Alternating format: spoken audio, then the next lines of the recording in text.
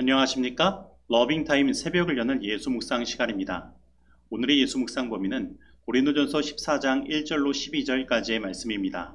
오늘도 이 말씀 속에서 하루를 살아가는 데 필요한 영적인 힘을 얻게 되기를 간절히 소원합니다. 먼저 본문 말씀을 읽도록 하겠습니다. 사랑을 추구하며 신령한 것들을 사모하되 특별히 예언을 하려고 하라.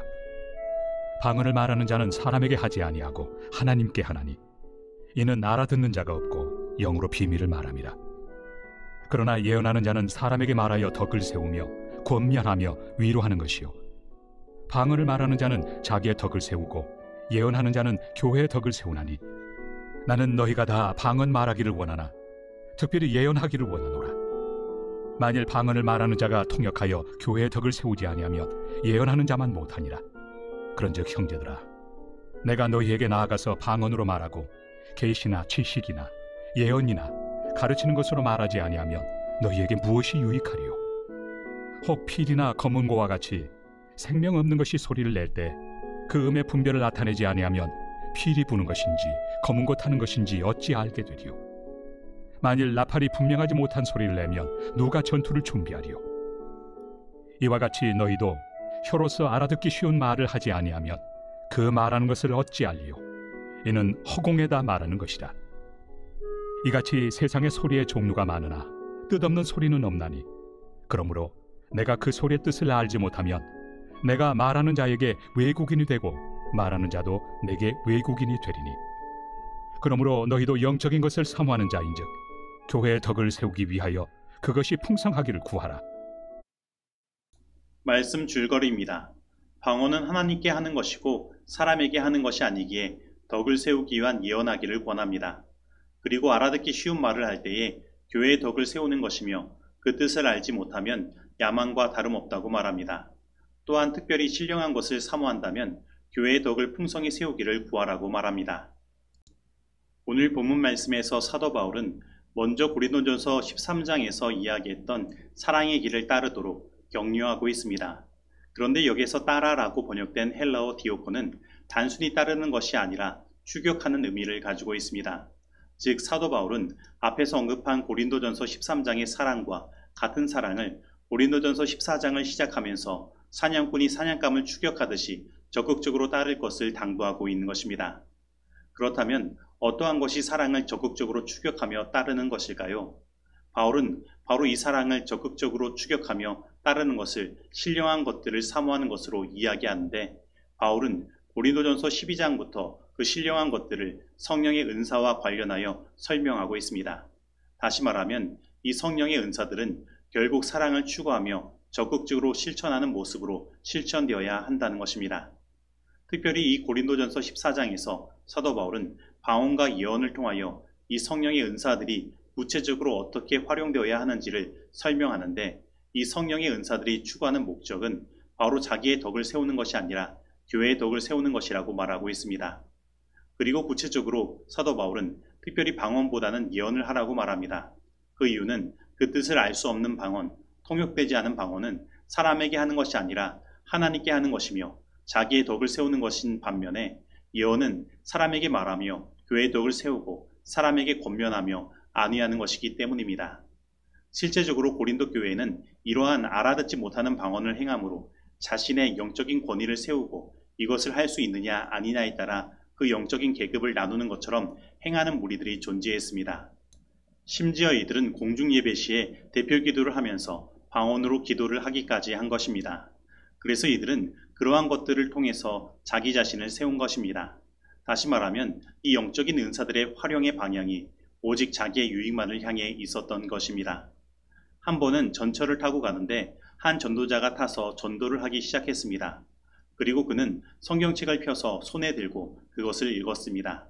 그런데 순간 그의 눈이 갑자기 뒤집어지더니 사람들이 알아듣지 못하는 방언으로 말하기 시작했습니다. 그러자 전철 안의 분위기가 심상치 않게 되었습니다. 모두 그 전도자가 무서워 피하고 또 저 사람은 미쳤다고 말하는 것입니다. 아마 이 전도자는 자신의 이러한 영적인 방언의 은사를 믿지 않는 사람들에게 보여주면 그들이 그 영적인 권위에 무릎을 꿇고 하나님을 믿게 되지 않을까 하는 생각에 이러한 일을 행했을 것입니다. 그러나 그 결과는 이 사람이 생각했던 것과는 전혀 다르게 흘러갔고 사람들은 오히려 하나님과 멀어진 마음을 갖게 된 것입니다.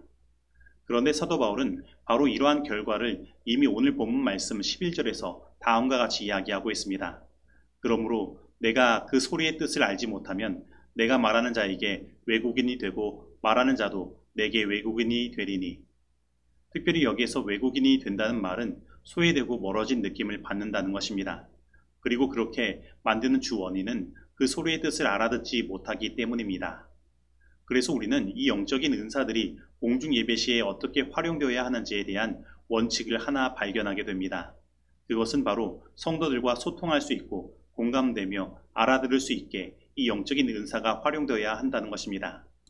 그런데 사실 이 방언의 문제를 가지고 우리 재림교회 안에서 적용하는 것은 쉽지 않습니다.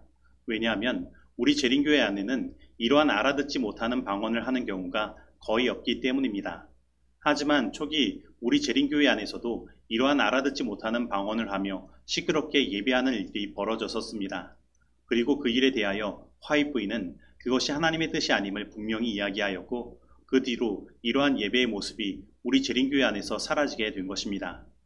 그렇다면 이 원칙이 오늘날 우리 재림교회 안에서 그리고 우리들에게 어떻게 적용하고 실천될 수 있을까요?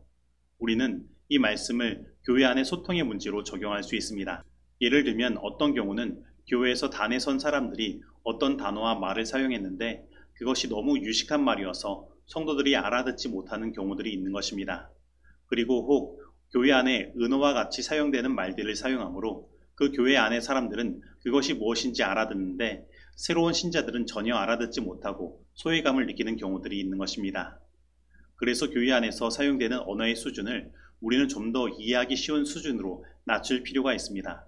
바로 내가 이 말을 했을 때 유치원에 다니고 초등학교에 다니는 학생들도 이해할 수 있는 수준으로 우리는 말을 할 필요가 있는 것입니다. 그런데 많은 경우에 있어서 이 단상에 선 사람들이 자신이 하는 그 언어를 가지고 자신의 유식함을 뽐내기 위해 전문 용어를 사용하는 일들을 보게 됩니다. 그리고 그렇게 유식한 언어를 사용해야만 잘한다고 생각하는 경우들이 존재하는 것입니다. 그러나 우리가 그러한 말을 할 때에는 생각해야 할 것이 있습니다. 내가 이러한 유식한 말을 사용하는 목적이 무엇인가 라는 것입니다. 그래서 내가 이러한 말들을 사용할 때에 내가 이렇게 잘났다는 것을 드러내려는 목적이 그 안에 존재한다면 우리는 과감하게 그것을 제거하고 어떻게든 성도들에게 쉽게 전달할 수 있는 언어로 바꾸어 말해야 하는 것입니다. 그리고 이것은 우리의 일상 언어도 마찬가지입니다. 우리가 다른 사람들과 소통을 할 때에 내가 사용하는 언어가 다른 사람들을 세워주는 언어인지 아니면 그 사람에게 상처가 되는 언어인지도 생각해 볼 필요가 있는 것입니다. 그리고 이것은 단지 우리의 언어를 활용한 은사 이외에도 마찬가지입니다. 우리가 그 은사를 사용하는 목적은 나를 과시하고 드러내는 것이 아닙니다. 오히려 우리는 그 은사를 활용해서 성도들을 돕고 교회를 세우는 일들을 해야 하는 것입니다. 그리고 사도 바울이 12절에서 말하는 것처럼 바로 그러한 일을 위해 우리는 더욱 이러한 영적인 신령한 은사를 사모해야 하고 하나님께서 더욱 이러한 것들을 풍성히 주시도록 구해야 하는 것입니다. 그리고 사도 바울이 14장 1절에서 말하는 것처럼 우리는 이 모든 것들을 통해 사랑을 추구해야 하며 적극적인 그 사랑을 실천해야 하는 것입니다. 그러므로 오늘 이 시간 우리 마음 가운데 사랑이신 예수님께서 좌정하시고 성령의 충만함을 받아 이러한 적극적인 사랑을 실천하고 추구하는 일들, 곧 성령께서 나에게 나누어 주신 은사를 활용해서 성도들을 세워주는 일들이 우리 가운데 있게 되기를 바랍니다. 그리고 우리 모든 교회가 하나님의 풍성하시는 그 은혜를 경험하게 되기를 간절히 소원합니다. 우리는 수다쟁이나 험담하는 사람이나 나쁜 소문을 퍼뜨리는 사람이 되어서는 안 된다. 우리는 거짓 증거를 해서는 안 된다. 하나님께서는 우리가 하찮고 어리석은 대화, 농담이나 농, 혹은 한담하는 일에 참여하는 것을 금하셨다. 우리는 우리가 하는 말에 대하여 하나님께 회개하지 않으면 안 된다. 우리는 말하는 자나 듣는 자에게 조금도 유익을 끼치지 못하는 성급한 말에 대하여 심판을 받게 될 것이다. 그러므로 우리 모두 덕을 세우는 경향이 있는 말들을 하도록 하자. 그대는 하나님께 가치가 있는 존재임을 기억하라. 그 어떤 천박하고 어리석은 담화나 그릇된 원칙들도 그대의 그리스도인 경험에 포함되는 것을 허락지 말라. 그리스도인의 마음과 품성과 인격 113페이지에 있는 말씀입니다. 이제 적용하는 시간입니다. 오늘 나는 하나님께서 주신 사랑을 적극적으로 따라 추구하는 삶을 살아가고 있습니까?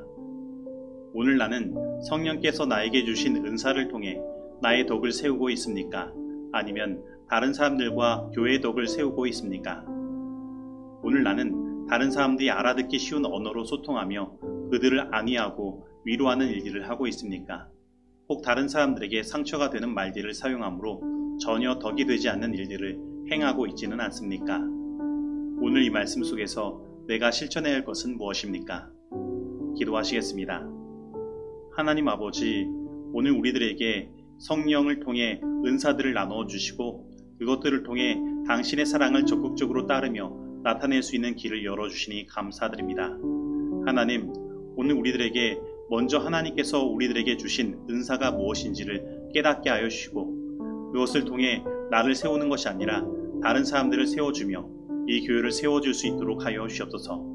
그리고 특별히 저희들에게 다른 사람들과 쉽게 소통할 수 있는 언어의 은사 허락하여 주시고 우리들의 그 언어로 다른 사람들을 안위하고 위로할 수 있도록 하여 주시며 다른 사람들을 소외되게 만드는 언어를 우리가 결코 사용하지 않도록 인도하여 주시옵소서.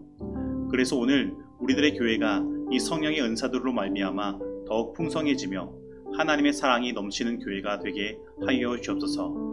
예수님의 이름으로 기도드립니다. 아멘.